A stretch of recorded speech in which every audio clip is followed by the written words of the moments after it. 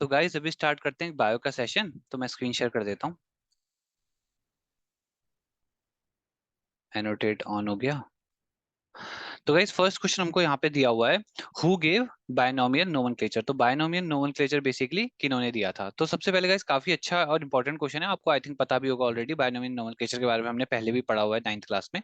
तो इसमें दो चीज होती है गाइस, बेसिकली ये क्या है ना, एक आप वो कह सकते हो, जैसे आपने आयुपैक वर्ड सुना है ना केमिस्ट्री में, international union for pure and applied chemistry के कुछ रूल्स होते हैं जिसकी वजह से आप नेमिंग कर पाते हो, है ना, ऑर्गेनिक कंपाउंड्स की साइंटिफिक नेमिंग। तो उसी तरीके से ये भी कुछ था यहाँ पे साइंटिफिक नेम देने के लिए, जिसमें फर्स्ट वर्ड हमारे पास यहाँ पे क्या आता है, जीनस आता है, और यहाँ पे क्या आता है उसका एपिथेट।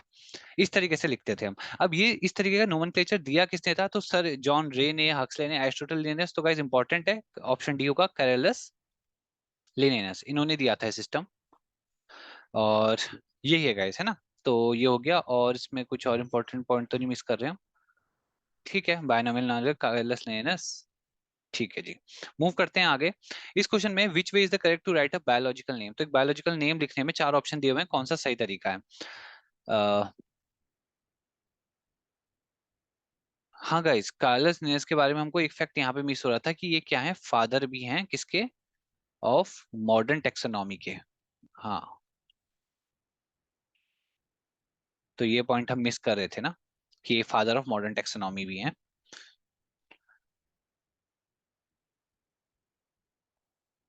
हाँ, ठीक है गाइस, अब मूव करते हैं यहाँ पे।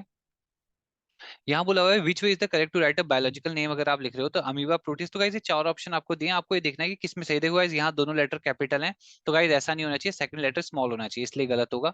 यहाँ पे ये कैपिटल है, ये स्मॉल है। ठीक है, यहाँ पे ये स्मॉल है, तो गाइस पहला लेटर, पहले नेम का लेटर स्मॉल नहीं हो सकता, इसलिए ये भी गलत है। यहाँ पे भी गाइस ये तो सेम ही ऑप्शन हो गया, तो ये भी गलत हो गया। तो ऑप्शन बी करेक्ट है गाइस, फर्स्ट लेटर में कैपिटल होना चाहिए, सेकंड में स्मॉल होना चाहिए। ये हो गया। मूव करते हैं आगे। यहाँ पे बोला हुआ है who gave the five kingdom classification. तो फाइव किंगडम क्लासिफिकेशन गाइस आपको पता होना चाहिए होता क्या है। बेसिकली जब क्लासिफिकेशन हो रही थी तो उस टाइम पे किंगडम्स बनाए गए थे। तो किंगडम किस तरीके से बनाए गए हैं, इसके लिए गाइस एक शॉर्टकट भी मैं आपको बताना चाहूंगा पहले तो ना। एक शॉर्टकट है, जैसे मैकपफ पैक करा दो। देखो गाइस क्या है ना, ये एक शॉर्टकट ऐसे ही बना रखा है, थोड़ा सा फनी भी है। ये मैकपफ क्या होता है, जैसे मैकडोनल्ड में मैकपफ आता है ना, वो वही चीज है ये। तो उसका एम अगर आप यूज करोगे, आप ऐसे ऐसे बना सकते हो इसको। पांच किंगडम में आपको बांटना है।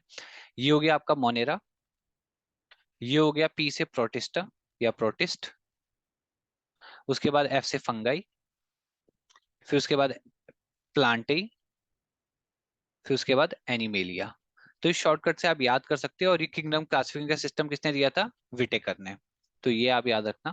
मूव करते हैं आगे। What is absent in virus. एक वायरस में क्या एब्सेंट होता है, इनमें से सेल वॉल नहीं होती, मतलब सेल वॉल होती है, reproduce within host cell, fully parasitic in nature, presence of either DNA RNA. तो गाइस ये ऑप्शन तो देखो सही बोले हुए हैं, पर जो एब्सेंट होता है ना, वो ये सेल वॉल नहीं होती उसमें। तो सेल वॉल बेसिकली एब्सेंट होती है। मूव करते हैं नेक्स्ट क्वेश्चन में। यहाँ बोला हुआ है component that is found in all virus. सारे वायरस में जो मिल जाए, प्रोटीन, लिपिड, डीएनए, आरएनए। तो यहाँ इंपॉर्टेंट क्या है गाइस, प्रोटीन सब में मिल जाएगा, प्लस इसके साथ क्या भी मिल जाएगा, न्यूक्लिक एसिड। ठीक है, ये है। इसके बाद क्या बोला हुआ है, कैल्प क्या है। तो guys again guys fact base पे है, तो अगर हमने सुना नहीं होगा तो हम आंसर नहीं कर पाएंगे। फैक्ट क्या है, सल्फाइड मिनरल है, आयरन का पार्शियली डिकम्पोज वेजिटेशन है, seaweed rich in iodine content है, एल्यूमिनियम सिलिकेट मिनरल है। तो कैल्प गाइस कुछ नहीं है, सीवीड रिच इन। तो गाइस ये थोड़ा सा, जैसे अगर पेपर टफ बनाना हो ना, उस केस में ऐसे क्वेश्चन दे सकते हैं। तो अच्छा है, आप देखते रहो साथ साथ। सीवीड है जो कि रिच है आयोडीन कंटेंट में। अब बात करते हैं यहाँ पे, टॉलेस्ट और थिकेस्ट टाइप की ग्रास कौन सी है इनमें से, फॉर्डर, लिचन, बैम्बो, अल्फलेला। एलफ एलफ लैला, वो अलीफ लैला याद आ गया गाइस, अलीफ लैला, है ना, एक वो उसका बनाते फटा थैला गिरी चीनी मरी लैला, ऐसे करके कुछ था ना, बचपन में हम करते थे, अलीफ लैला फटा थैला गिरी चीनी मरी लैल। पता नहीं क्या कुछ चलता था ऐसा। जो भी गाइस, सॉरी, वो कहाँ चलेगा। तो गाइस हम पे है बैम्बू आंसर है। तो गाइस कितना वियर्ड है ना, कितना मतलब अमेजिंग है। बैम्बू जो है वो एक तरह की टॉलेस्ट और थिकेस्ट है, तो वो type of grass he bamboo. ठीक है, तो याद रखना है फैक्ट भी। आगे है क्वेश्चन की, बोला गया है which multiply slowly as compare to other. तो गाइज ये इन माइक्रो ऑर्गेनिजम्स में से कौन सा जो है स्लोली मल्टीप्लाई करता है एज कम्पेयर टू अदर। तो गाइज ऑप्शन डी करेक्ट होगा, वॉर्म्स जो है सबसे स्लोली मल्टीप्लाई करते हैं।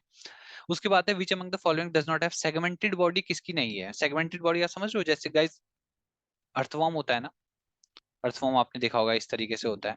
तो उसमें क्या होता है, सेगमेंट्स बने होते हैं। तो किसकी बॉडी नहीं होती ऐसी, मोलुस्का वालों की, मोलुस्का फाइलम की, आर्थ्रोपोडा की, एनिलिडा, कोलेंट्रेटा। तो गाइस आंसर हो जाएगा कोलेंट्रेटा। इसका एग्जांपल भी आप देख सकते हो जैसे हाइड्रा। ठीक है, उसकी बॉडी नहीं होती सेगमेंटेड। और ये जो अर्थवॉर्म था ये किस में आता था बेसिकली, ये एनिलिडा में आता है। मूव करते हैं नेक्स्ट क्वेश्चन में। Crabs belongs to phylum. तो क्रैब्स जो होते हैं ये कौन से फाइलम में आते हैं, मोलुस्का, निडेरिया, आर्थ्रोपोडा, प्लेटिहेल्मिंथेस। तो गाइस ये आते हैं आर्थ्रोपोडा में। तो गाइज आई होप आपको भी यहाँ से कुछ नई इन्फॉर्मेशन मिली होगी। तो इसी के साथ इस टेस्ट को यहीं पे ओवर करते हैं, और बाकी हम कुछ सेशन फिर कल करते हैं। तब तक के लिए अगेन गाइज, वीडियो अच्छी लगी होगी तो लाइक करना, चैनल पे नए हो तो सब्सक्राइब करना। बाकी तब तक के लिए good night, take care and sweet dreams.